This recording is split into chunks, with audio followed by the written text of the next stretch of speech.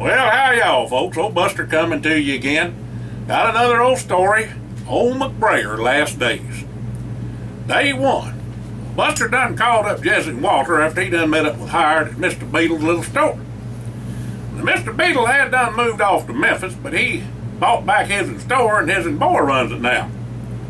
Well, after gathering all the boys together, Buster began to tell them all about his new ID.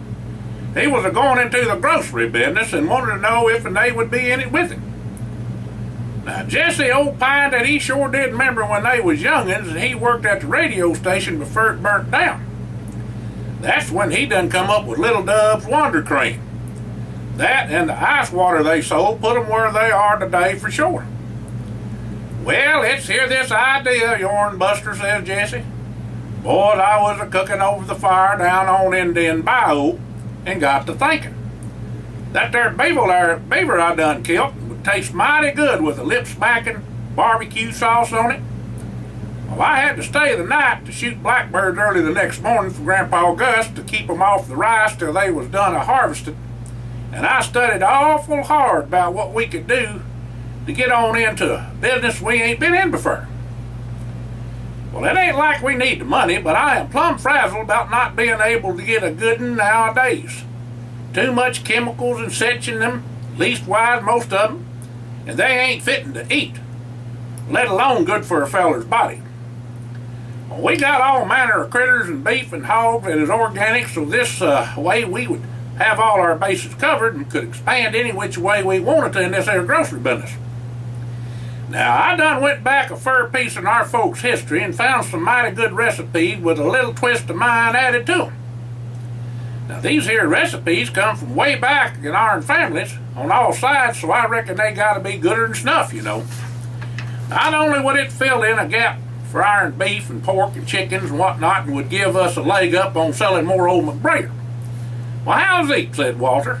Well, boy, said Buster, take a gander at my recipes for the barbecue sauce and some drinks that would sell more old McBrayer.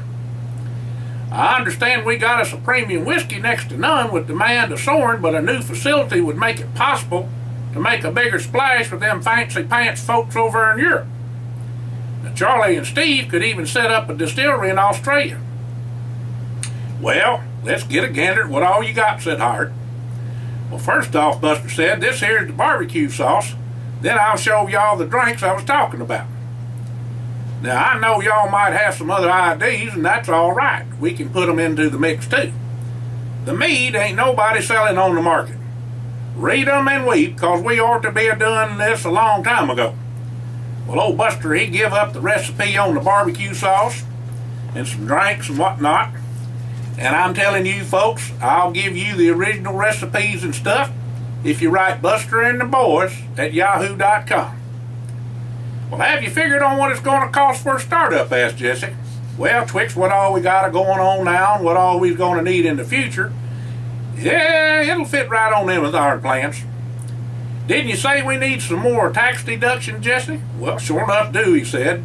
Hired's toys is a waning thin with his deal with the government of fooling a lot of the stuff that they're building, and, well, they're footing the bill now.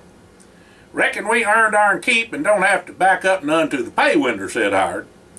Well, rightly so, but this new administration ain't a-doing us no favors. Walter stepped up and said, I'm for it, but I got some ideas to go along with all this.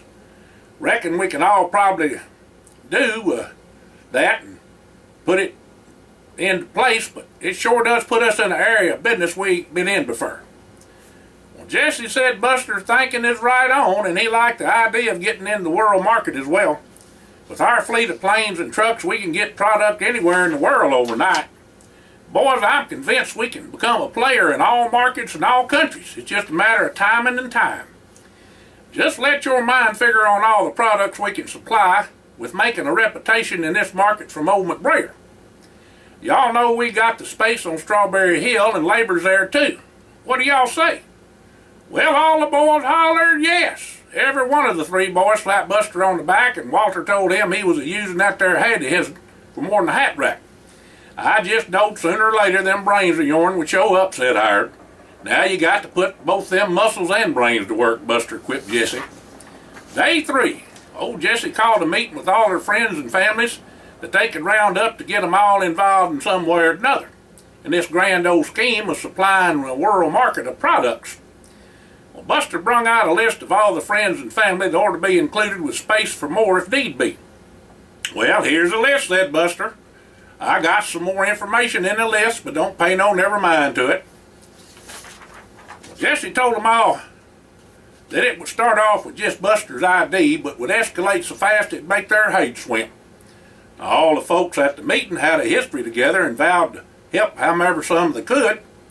The information gathering was to begin right away for products and associated products wanted and needed from every country. Marketing campaigns was already in the works, said Jesse. Well, all the boys come together and agreed that this here enterprise were for all of them, and unless they had fun and fulfillment, it just wasn't worth the hassle of them. We just ain't been through all we all been through to not do good for ourselves and families, but for other folk that need a leg up too.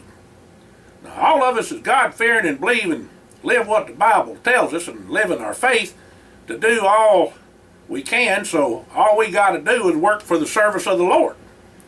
We've been blessed, and He put this on us to do so. We got to do it. Plus, it was my ID, said Buster. Well, everybody else laughed with him, and Buster said then, well, let's eat. That boy always eating. Day 4. The next day, Jesse and all the boys, as well as their families, got together to come up with a list of products and services that would expand the Four Winds Empire. Well, Dub spoke up and said that there beef, you got a whole passel of things to get into when you go to getting it all set up to put in the markets. Ranching is just a drop in the bucket, said Walter. Paul is a-thinking of trucking and packing houses and vet medicines and feed yards, equipment, and a ton of other stuff. We was discussing all about this last night after the meeting, and Paul and me and our family would like to head that part of it up. Well, that's sure enough a lot to bite off, said Buster, because you have to throw in other livestock as well, like hogs and chickens. Well, Jesse said to Dubs and Walter that they could get together with their family and make a list of what they needed to come first, then they could all look over it and decide what they wanted to do. Well, Jesse said seeing how his and Paul Mack was into oil and gas and such, that they would take over that part with Charlie putting in his 2 cents worth. Well, Jesse and Buster would head up the old McBrayer whiskey along with Charlie and Steve. Now, Grandpa Gus would see to the crop and part of the equipment with Big Jim. Well, Hired would take the lead on transportation, such as planes and trucking and some rail. Well, all the boys and their paws would help in any area they was needed to get everything off the ground and up and running. Well, Jesse told them all that this here would help folks worldwide, and that was their focus. Well, Jesse wanted to set up headquarters in Zambia with Dhaka running the show over there. Well, all the friends and people they knowed would be put in charge of different divisions. Buster and Walter would coordinate security with the Presidential Corps, and Hired would do what he loved and work with the government setting up their own airlines. Well, Hired piped up and said he wanted the space side of it too. When it come up, he wanted to fly one of them spaceships. All right, Hired, you got it, said Buster and Jesse and Walter in unison. Reckon Admiral Hannibal, Pat and Coulter could help out a lot too. We have to get the planes ready to fly off to meet with people we want to be in on this from the first. The gals will have to go too, seeing how they can fly. That will let Iron Paws and Maws go where they want to go to talk to those folks they think would work out the best too. Well, we want to play this close to the vest and not tell ne'er a soul about our plans except those that need to know. We need to start buying up ground and building right off.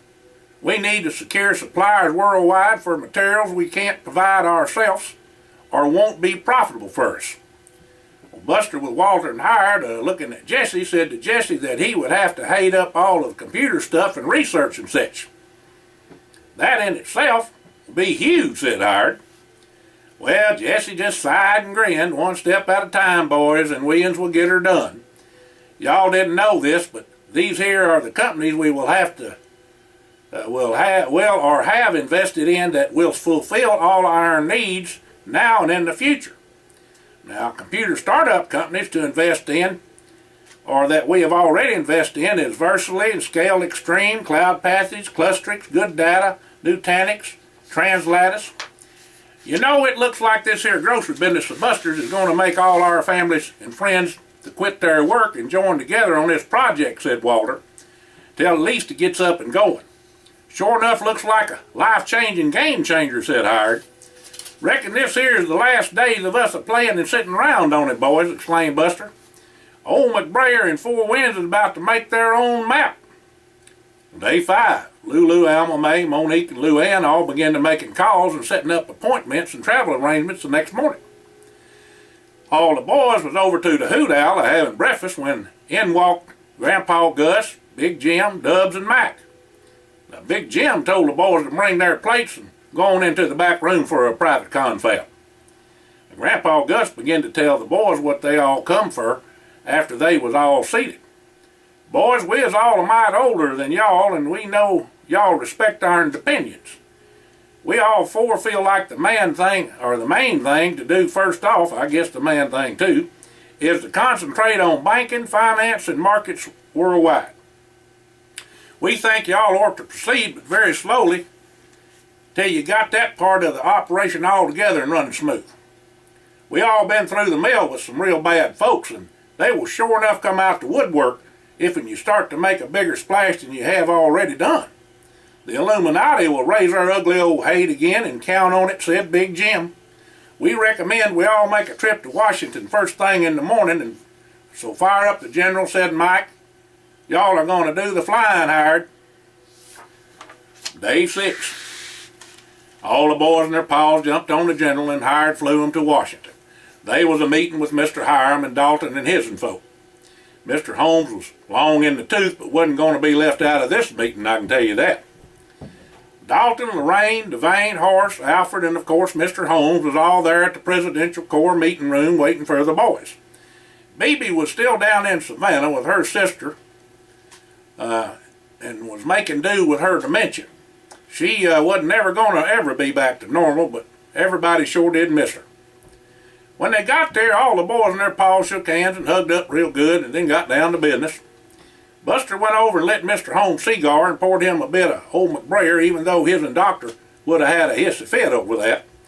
He just grinned at Buster and winked. Well, Jesse cranked up the meat and began to tell Buster's idea and what all he could be done about fixing this mess the U.S. and the world was in. Well, Jesse gave them all a rundown on all the holdings and wealth they had stored up in the Four Winds Bank, in the Stronghold, and in the mountains at Jim's. Jim Rogers, that is, Jim and Mary. With all their worldwide clout, the boys were very big-time players, along with the help of the Presidential Corps. Thing was, nobody knowed what all power the boys had except in the people in this room. Now, Grandpa Gus asked the other paws if they would say their piece on how to proceed to the boys' plan. Now, Big Jim said all the rest of the paws agreed that banking, financing, and market control was where they ought to shore up and sure enough get a firm toehold before they did anything else.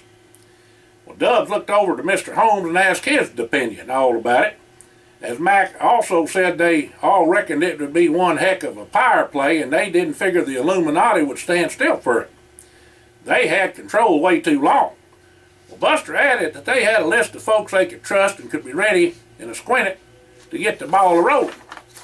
Now, Mr. Holmes said he sure enough thought that the daddies of all the boys had hit the nail on the head, and the boys didn't need to get the cart before the horse. Well, Mr. Holmes said that Dalton could provide names and contacts of men, women, and heads of organizations and corporations, as well as heads of state around the world that would go along with the plan, but it would take personal appearances of the boys and Dalton, and maybe his himself, but it could be done. Devane said it would probably take all their influence and wealth to make it fly. Walter said they was all committed to their last copper. Well, Alfred said him and Horace could help out some, but they would be better put to provide the security. Lorraine was pretty much retired now from the Corps. She could go along with Dalton, or if the boys if need be.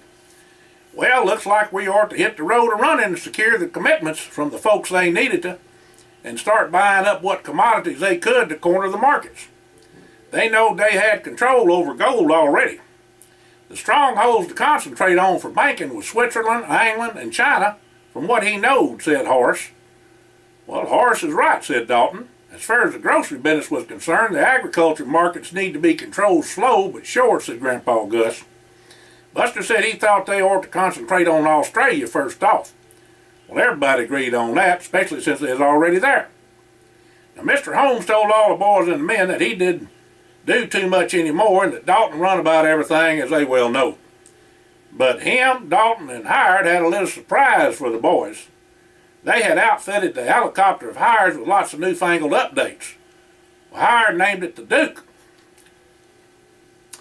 And there was another addition to their fleet, the Commander.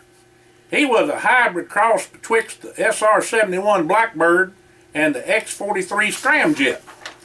The Commander would carry 4 with speeds up to 5,000 miles an hour plus a Mach 15 or 11,418 miles an hour. The range was 8,000 nautical miles up to 80,000 feet, including the fuel to go into orbit. Infinite range while in orbit with speeds of 13,000 miles an hour. The Commander would require a start cart, and a pneumatic one would be installed at the boys' airstrip. Also, Mr. Holmes had fixed it so a KC-135Q could refuel the Commander when needed. All the boys had to do was call and request the tanker. There would always be one available any time, day or night, by the Air Force. There was little room for cargo since it was mostly took up with fuel and armament. The newfangled, I guess there's just no way to explain this one-of-a-kind aircraft, he said. At this time, Hired was the only one other than the test pilots that could fly the darn thing. Walter better hang on to his hat when he goes for a ride in the Commander, I tell you, said Mr. Holmes. You boys are going to have to do some studying up on all this information with the fellers at Skunk Works to be able to operate and maintain that plane. Well, Dalton said the boys were going to need something like the Commander since they is going into who knows what. Well, Mr. Hiram called in many a favor for you boys with this plane. Well, let's saddle up, said Dubs. Time's a-wasting. Yep, said Grandpa Gus. Y'all are burning daylight. Day 7. First off, Hired, Jesse, and Dalton took off to Switzerland to meet with some bankers they knowed that would align themselves with them if and all the cards fell into place. To them it was a matter of making money. The more shady shysters was to be dealt with by the Presidential Corps, but secrecy was the order of the day this time. Since the Commander could put the boys anywhere in the world in 90 minutes or less, their first stop, or I guess it'd be their next stop, was China. First stop since Switzerland. This was a dicey one for sure, but with Louis Chain's contacts and Dalton's and Jesse's would be able to talk turkey with their head knockers over there. Again, it was all about the money, and Jesse and Dalton was holding all the right cards right now. Well, next stop would be England. This was the land of the Illuminati. Now, their stronghold and stranglehold on the world's economy was there. Buster's influence come in here, and the Tipton name was royalty over there. Well, nowadays there was money there, but mostly they was a figurehead just like the Queen. But in this case, the Rothschild and Meyer clans had a major contender. With the Queen and Prime Minister on board, there was a real good chance of making more than a dent in their empire. The boys returned home with a job well done. Here in the States, financial control could be handled pretty much with the exception of the Federal Reserve. But they could be put out to pasture real quick by Congress. As was said, it was all about the money for them boys. If the boys could make inroads in banking, finance, and the markets, it could be done. The markets would be the hardest by far.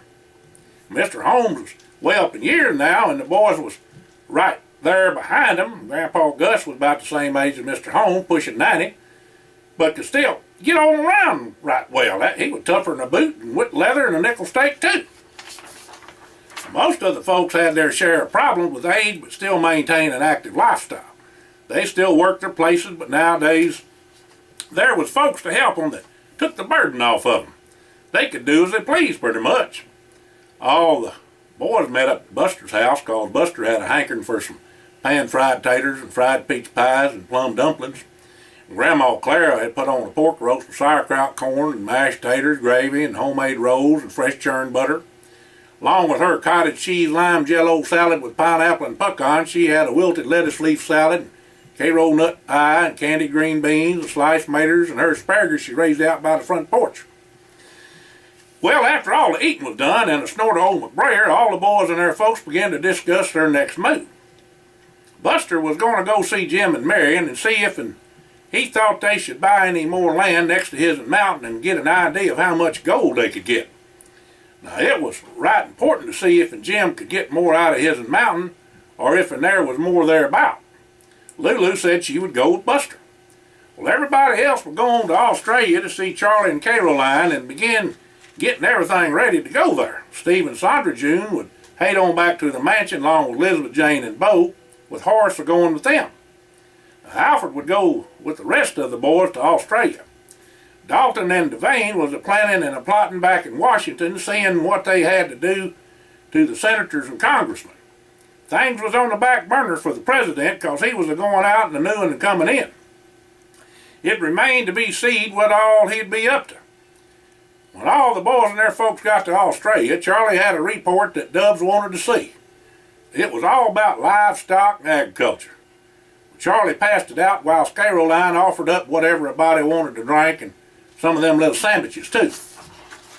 Well, after all that information on both countries, Jesse said he was interested,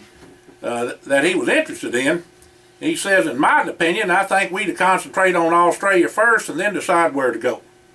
Dubs and Grandpa Gus said they felt the same way.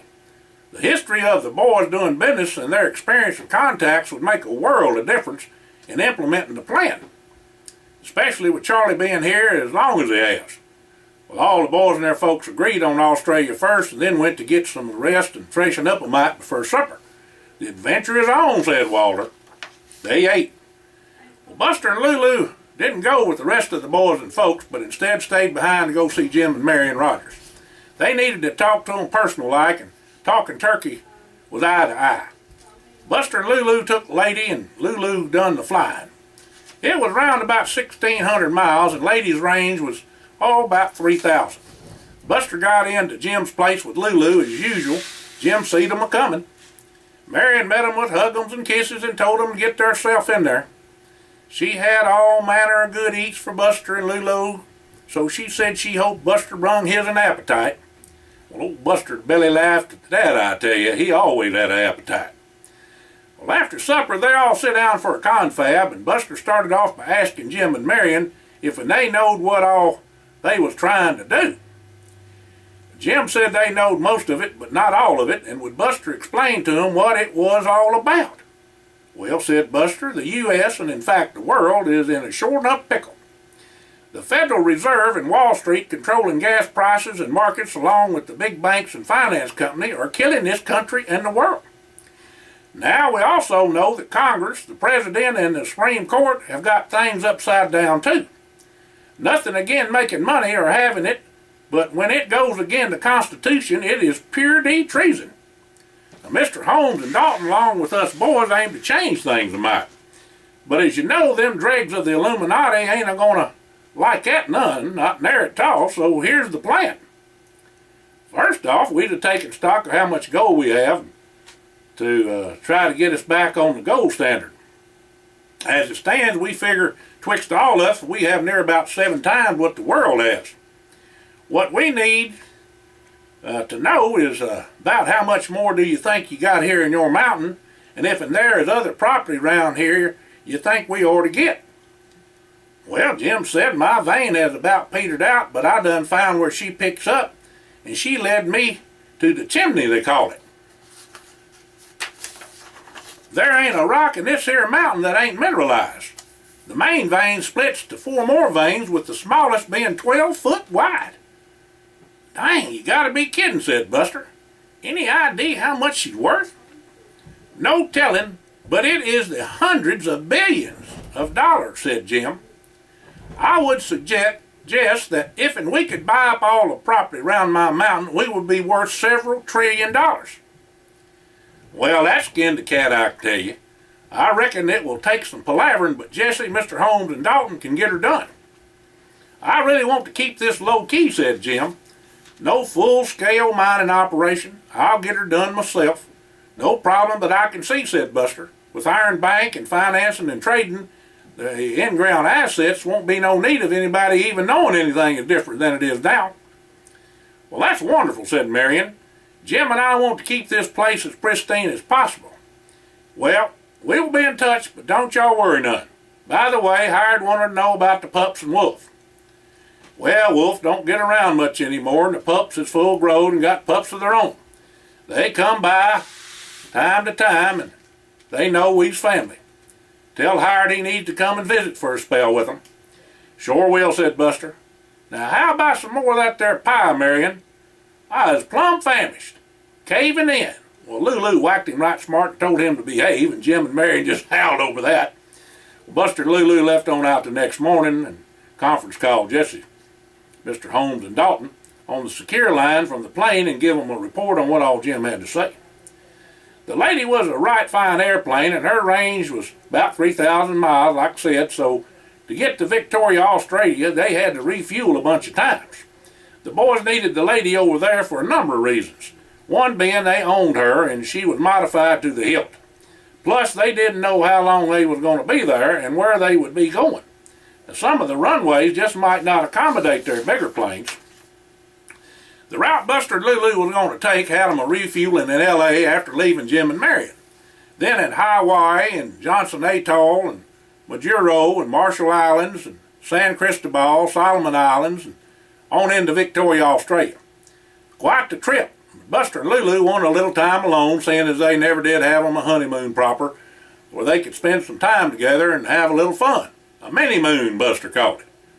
Now, Johnson Atoll Airport was closed in 2005, but Dalton fixed it so Buster could refuel there from the military that was there on maneuvers. Now, Lulu was taking pictures and getting all kinds of doodads and information for the gals, and she had a lot of that stuff she got for them and was going to show them when she got there. Well, the first stop was 3 nights in the Hawaiian Islands at the Hilo International Airport where they landed, and they went to the Four Seasons Resort. Well, don't get me them names, in Hualala or something Villa. Their second stop, was only to refuel, was on Johnson Atoll. Their third stop, they stayed one night in Majuro, Marshall Islands. Their fourth stop to refuel was the Solomon Islands, Makira, or San Cristobal they called it. Refueled and raring to go, being Victoria by nightfall. Lulu is happier than a pig in sunshine. Me too. Day 11. When Buster and Lulu arrived at the Southern Cross, they was met by Charlie and Caroline, and Charlie wanted to show them around the place since they had completed all the building projects. Well, first off, there was a new airstrip and hangars. One for each of their planes and 4 more for other planes that might come for a visit or business. 16 in all. State-of-the-art control tower and their own FBO, which is called a fixed base operator. Secondly, there was houses. Each of the boys had their house built to their specifications, and each one had a guest house.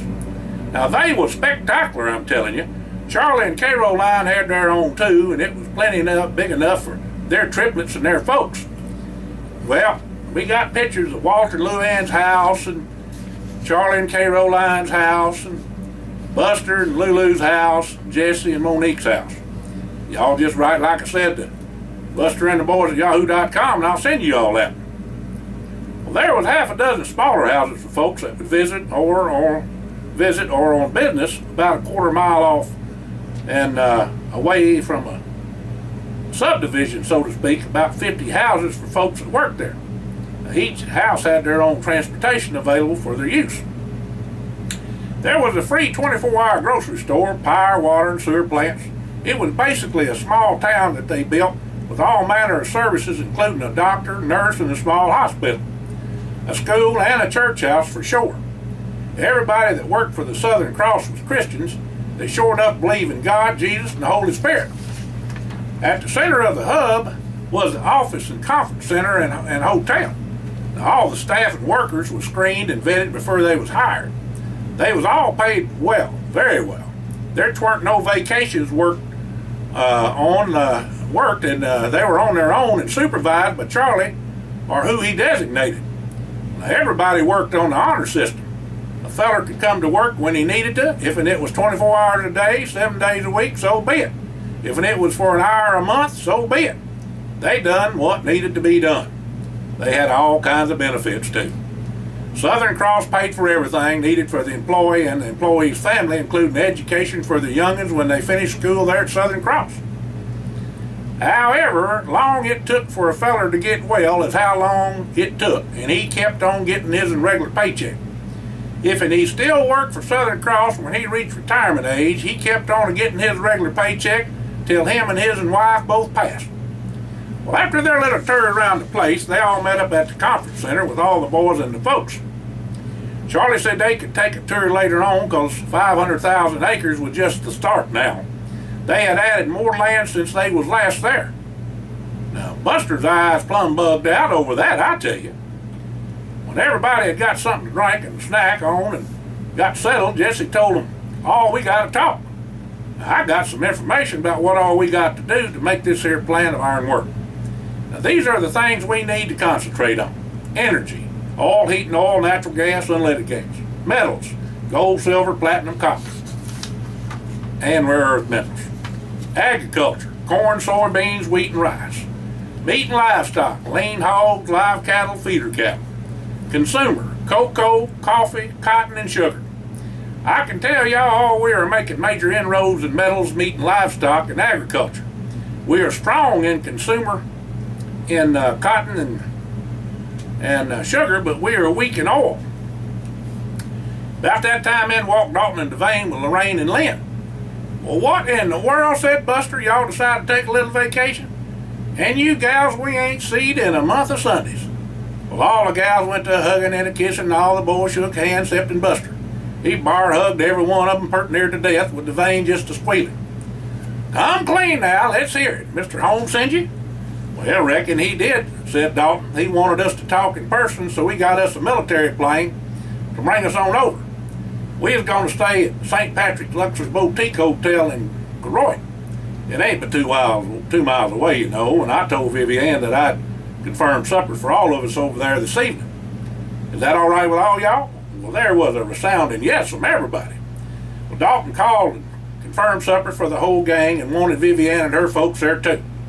She said they would be happy to get together with them all. "Now down to business," said Devane, and handed out a list to everybody. Dalton said this was a list of the most powerful banks in the world and they needed to talk about them. Here's what was on the list. And they had the top, I don't know, 50 or so banks there was. They had lots of them. And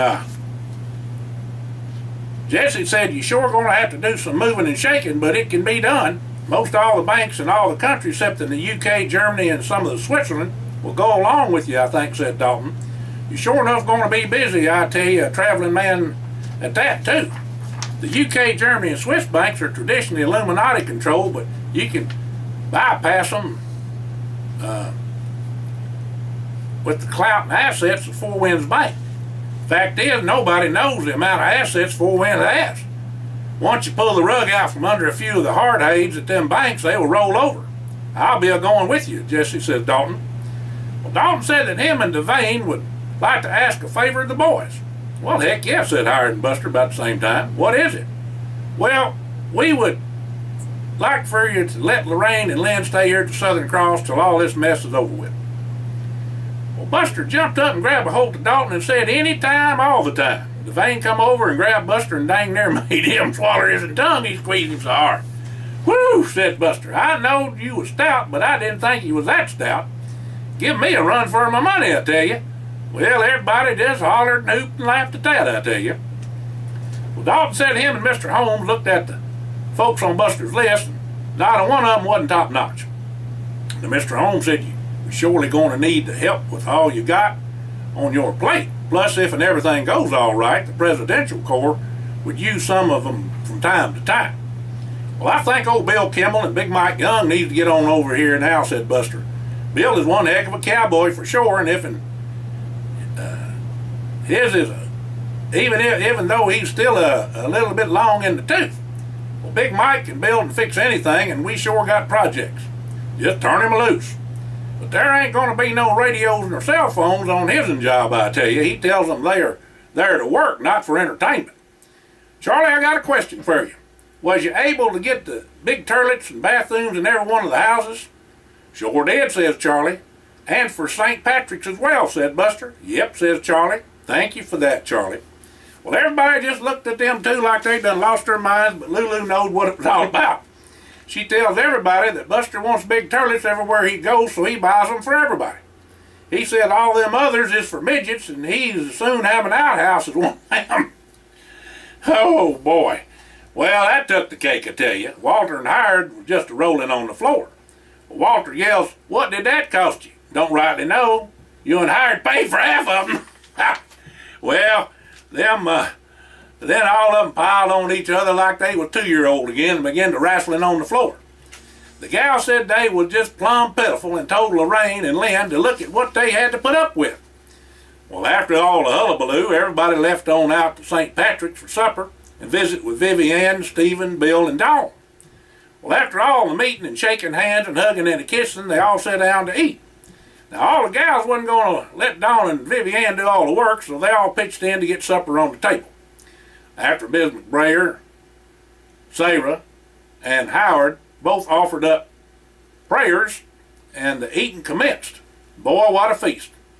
Then Vivian said she and Stephen and Bill and Dawn wanted to thank them for all they done for them. "Well, what's that?" asked Alma May. "For the benefit of everybody that don't know." "Well, there's 3 new houses for each of us, and they are set back enough for our privacy and not to detract from St. Patrick. Then the new 20-room hotel built just like St. Patrick. This will keep us busy all the time now. Speaking of that, Vivian, we got something to discuss with you." Then Jesse and Dalton told them all about the plan and wanted to be part of it. Bill said, "You dang tootin', I'm in."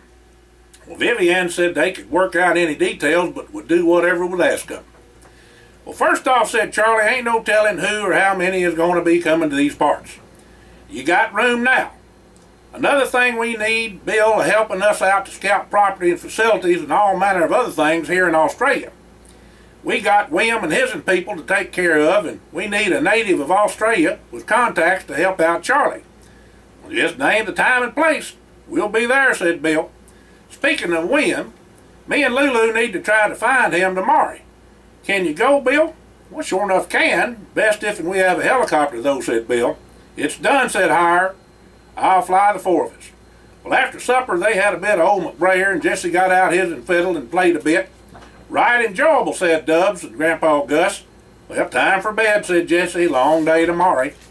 Well, everybody said good night. Dalton, Lorraine, Devane, and Lynn stayed at the St. Patrick. Buster said y'all are mini-mooning and left out of laughing.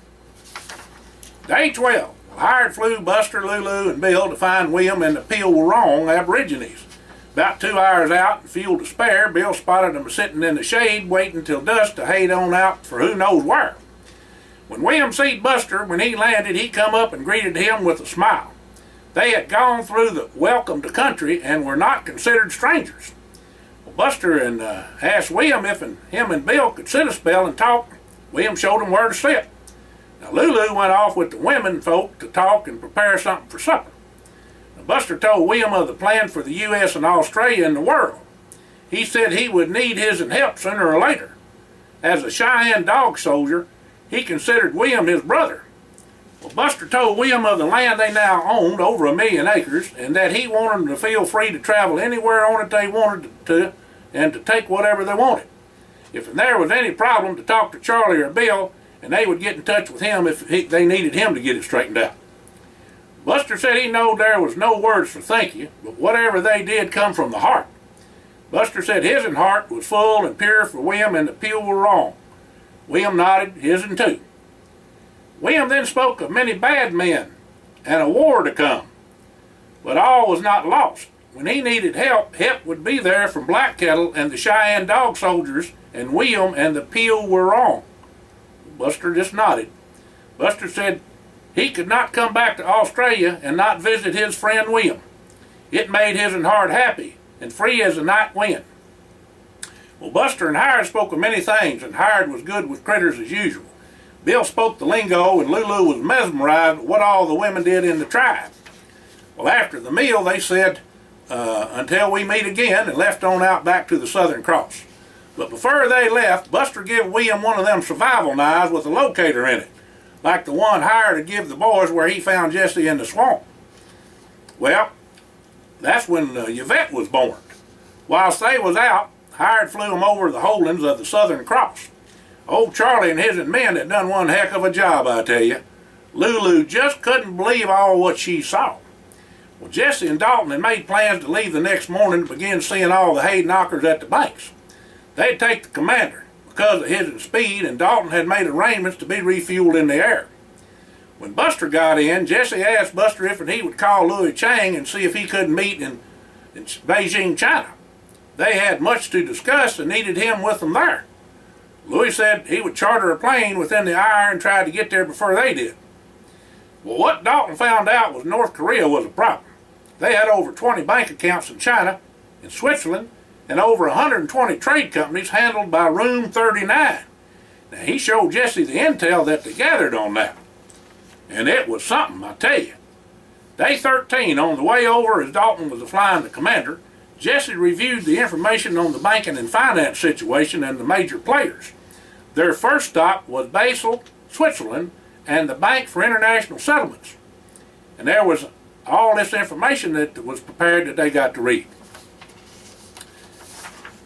Well, with all that information that Jesse had figured, he could make a deal they couldn't refuse, especially with Dalton's help. Plus, Mr. Holmes hadn't been sitting around twiddling his thumbs neither. All of them together was a force to be reckoned with, I tell you. I can't even begin to tell you the 10 richest countries, but in order was USA, China, India, Japan, Germany, Russia, Brazil, UK, France, and Mexico. The US by far was the richest country, with China coming in second. Talking about trillions of dollars. Well, Jesse and Dalton met with Stephen English and Christian Knorr, chairman of the board of president of the BIS. Well, Jesse come right out and laid his cards on the table about the U.S. and world situation in the Illuminati. Jesse said he had options to call notes on all the banks, either flood the market with all the metals or withhold consumer products. $300 trillion in gold is not something to sneeze at, gentlemen, he said. Well, Dalton spoke up and said that there was to be a new leadership in the Federal Reserve, and it would be government-owned and not privately owned anymore. Well, that throwed them for a loop, I tell you. On top of all that, wanting them to play ball with them, Dalton wanted all the North Korean bank accounts and trading companies frozen and turned over to the presidential court. Everything they had done was illegal anyhow. Well, Jesse told there was changes happening and to get on the bandwagon or go broke. After all, it's all about making money for you, ain't it, boys? Well, Dalton piped up and told them to start now, not to wait till later. If and they did, they would sink like a lead balloon. Well, them two fellers got on the phone right then and froze all of North Korea's bank accounts and turned them over to the presidential court. Then they got a hold of all the leaders of the 60 banks and told them to drop everything and meet tomorrow evening with Jesse and Dalton. The boys left on out for supper and a good night's rest till tomorrow evening. In the meantime, Jesse and Dalton would be burning up the phone lines. Day 14, the next evening, representatives from all 60 banks met up with Jesse and Dalton. Everything was discussed like it was yesterday, and all of them agreed to go along with the plan. Those fellers weren't no dummies neither. They checked out what all Jesse and Dalton told them, and no day was up again it, so they had to kowtow. As Jesse and Dalton started to leave to fly to China, Dalton left them with a few choice words. If in any of you even let out a single word of the plan, y'all will rue the day you did. Y'all know who the presidential corps is and what we will do. So I advise you to keep your word, help your country and the world, and live another day to make more money. Nary a word was ever said neither. Well, Dalton and Jesse got to Beijing, China, and met up with Louis Chang at the American Embassy in a secure CIA meeting room.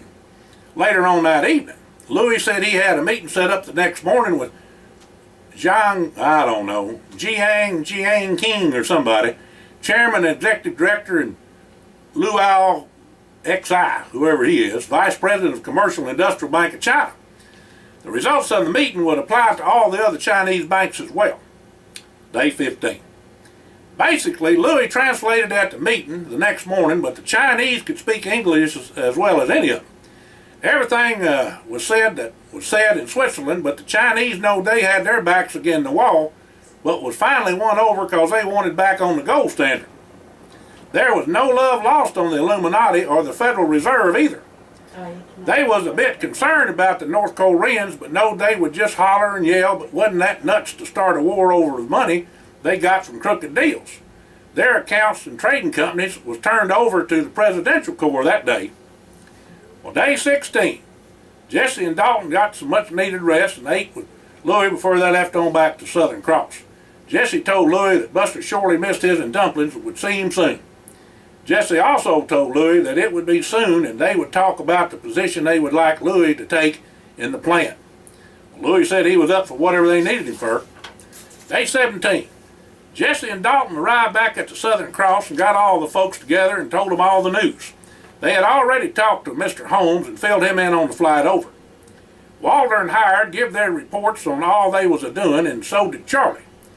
Bill and Big Mike was there, and Big Mike was going to run over to the mansion with Hired to get a look-see on all the expansion that was needed. Well, it seemed everything was going to plan, but the big hurdle would be back in the U.S. and especially Washington. But there was lots to do before it all come to the head. Whilst everybody was gathered up, Jesse said they needed to get figured out who was going to do what in the plant. So the four boys all took to assigning the folks where they thought they would do the most good. Old Charlie would stay in Australia with Bill Kimmel along with Bill Clancy. Big Mike Young would float betwixt Australia and the mansion and wherever he would needed the ramrod projects. Doves, Grandpa Gus, and Big Jim would also come, but would float as well when needed anywhere else. Steve would come when construction on the new distillery got underway, but only to consult because of the expansion at the mansion and distillery in Kentucky. Well, Jesse, Bill, Paul, and Leonard would handle all the computer-related duties for the whole shebang. Now, since Sheena Marie was a teaching, Butch needed something to do, so the boys figured with his management abilities and knowledge of the goings-on with the Admiral, him and Bulldog could liaise, be a go-between with them folks as well, as Bulldog could head up the legal team with Lamar Green. Well, David Irwin would go along with Hired to help with what the Admiral wanted them to do.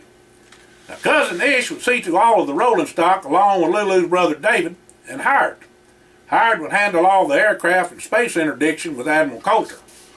Well, big boy Billy Kane Bailey wasn't doing nothing no way except being a pickle and playing tricks on folks, so he needed to handle the office setup in whatever place he was needed. Now, Louis Chang would be point man for China and the Caribbean and Mexico. Hartley and Nigel would help Louis and take care of their fleet too. Now, Jim Rogers would consult on all metals. Anson Johnson would help with overseeing manufacturing and anything going on in the Scandinavian countries and Alaska, Russia, and Canada. Daka and Winston would handle Africa and India.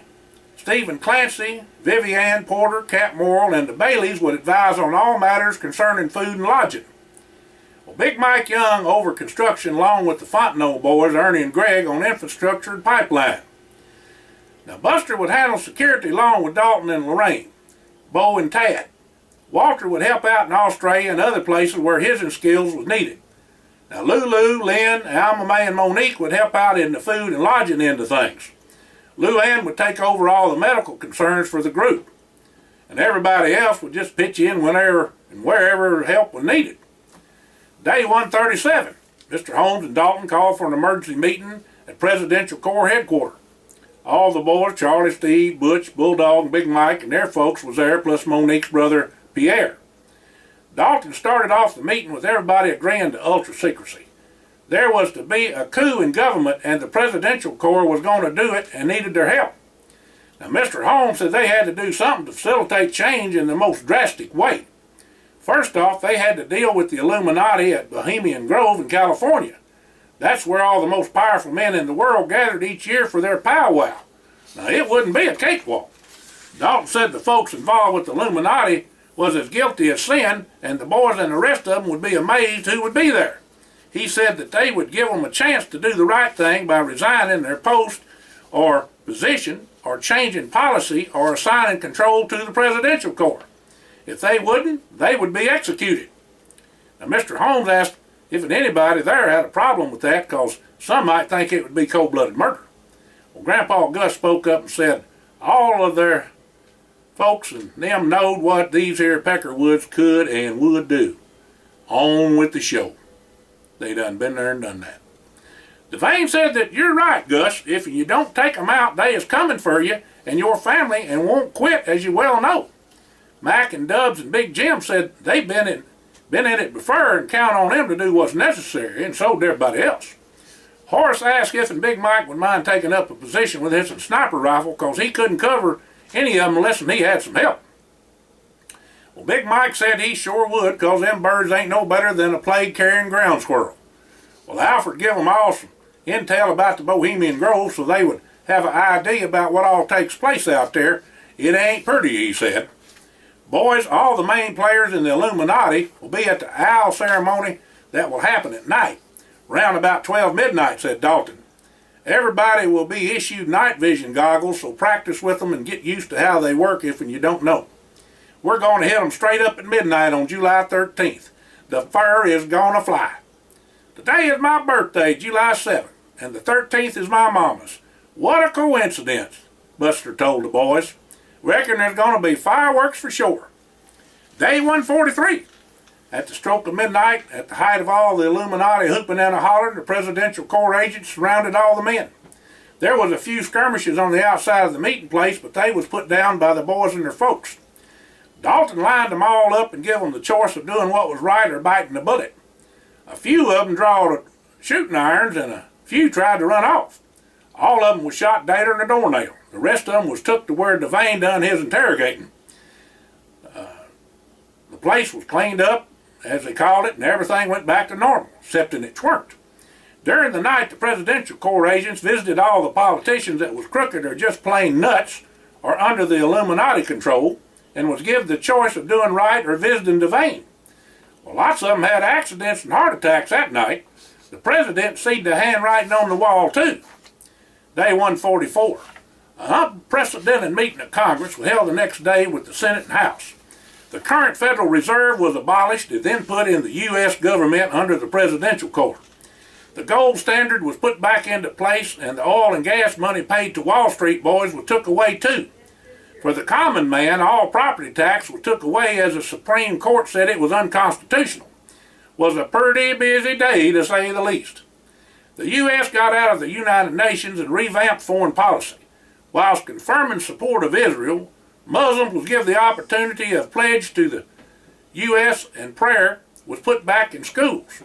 God was back in government to stay, as this country was founded on Him, God Almighty. No more ACLU neither. Capital punishment was put back in place with immediate execution after all testing done. All marijuana offenders was released immediately and no more prosecution of them, but it would be taxed. The marijuana, that is. U.S. borders was set up with all manner of protections. Lasers would barbecue and ain't if and it tried to get across. Gangs was outlawed and shot. All mosques was tore down. If an American Muslim wanted to worship, he could do it in his own home. All illegal people were shipped out and given no benefits. All welfare recipients had to work or have good reason why they couldn't. If and you had a baby, the father and mother took care of them, period. No more handouts. Well, everybody could go to the doctor or dentist and had to pay 10% flat taxes. Everybody had to speak English. No more 37 different languages in school. All politicians had to abide by the law for everybody. No special treatment. Their bill and expenses would be paid, but no salary. It was a privilege to serve. All countries was notified that there would be no pussyfooting around. You hurt American, and we would nuke you. You stay on your side of the tracks, and we will stay on iron.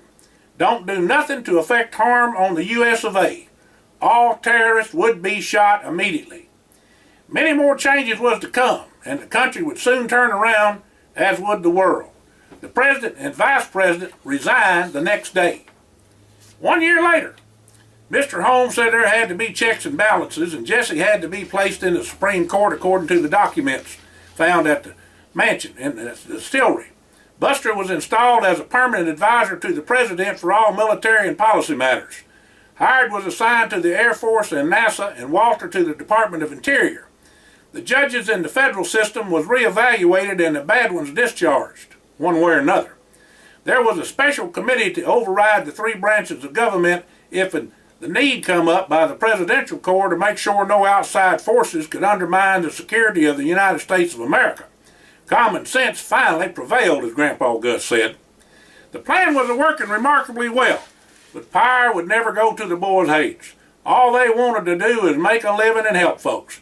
Just do right is what they all said. Now, Buster's barbecue sauce and dry rub was a hit, and old McBrayer was sold out all the time. Buster was all excited and called all the boys and the gals to meet him there and their folks there at the mansion in Kentucky. When they all got there, he told them he had a surprise for them. He gave them a sip of old McBrayer and Macallan Scotch and asked them what they thought. Well, said Walter, appears to be like it always was to me, and the Macallan is right good too. Well, Buster then told them to try this sip. This is right tasty, said Grandpa Gus. What is it? I'm a-going to tell you, but first let me show you. Well, if and you will notice on page 39 of the book of Macallan about American oak bourbon barrels, you will see that Macallan imports them from Kentucky. Leastwise, that's where they want to get them. Well, sir, old McBrayer has the best, according to them, and they want to make a deal for all iron. I figured that we could get Iron Foot in the door saying how we got ties there and all. We need a base of operations for old McBrayer anyhow with the McGregors. So I took Macallan Scotch, old McBrayer, and some of that joy juice Mr. McGregor give us and mixed it all up together with a mite of ripe persimmon. What you're drinking is that. Macallan and the McGregors are willing to go in with us on it, but we got to come up with a name for it. What do y'all think about that? Well, I don't know about no name, but it sure does taste good. Might as well get into that too, them boys said, Walter. I reckon that. I second that, says Hired. Jesse says we ought to, said Monique. Jesse was a busy drinking and couldn't even talk right then. All the folks were hollered yes to it for sure. Well, Horace walked in about then, and anybody that he asked if they knowed much about the Church of Our Lady Mary of Zion. Well, Grandma Clara Orlichek said she did. Buster's great-great-aunt was a nun over in Czechoslovakia before she was killed. She worked in Ethiopia for a spell. Well, Buster piped up and said, don't y'all remember when I went to school over in England when I was in the service? I told y'all all about Prince Maconan and us being friends. Well, Horace said to let him pull it up on the internet and see what all it says about it. When he did, he showed everybody the information. Boy, it's right interesting, said Jesse. Horace, he said, let me call Doc and find out a little more about all this. What seems to be the problem so I can tell Doc? Well, Horace said one of his contacts over there heard that since they, whoever they was smart, they would show him a thing or two. After getting the ark, it would bring them to their knees. His informant was walking down a back alley in Lusaka when he heard them around the corner. He always lets me know anything unusual going on. Well, Hire said that's over 2,500 miles to Ethiopia. What in the world could that be all about? Well, I got a report in to Dalton. You just can't ever tell this day and time, said Horace. Walter said we need another adventure like we need a hole in the hay. Let's hope we don't get one, said Mr. McBrayer. Well, Buster got up and told him to get to thinking of a name for that there Scotch bourbon. The 3 M's got to be made. Who's hungry, hollered Buster. I'm a-fixing to put on a feed bag. That there barbecue sauce of mine is a-calling. Them ribs ain't got a chance, said Miss McBrayer. That boy can eat more than all of us put together. We better get, said Walter, or there won't be nothing left, and he run out of the door like a turpentine cat. That boy can eat too, said Miss Hollinger, and Hired took off too. Well, the rest of the folks all looked at each other and just shook their heads. What we gonna do with them boys, said Miss Holmes. Well, tell them to make some more money so we can feed them, said Big Jim. He was a-laughing whilst he made a beeline to the kitchen. Tomorrow is another day, but right now I hear chomping, and then Jesse took off too. Folks, that's the story for today. See y'all later. Have a blessed day. Old Buster out. Bye-bye now.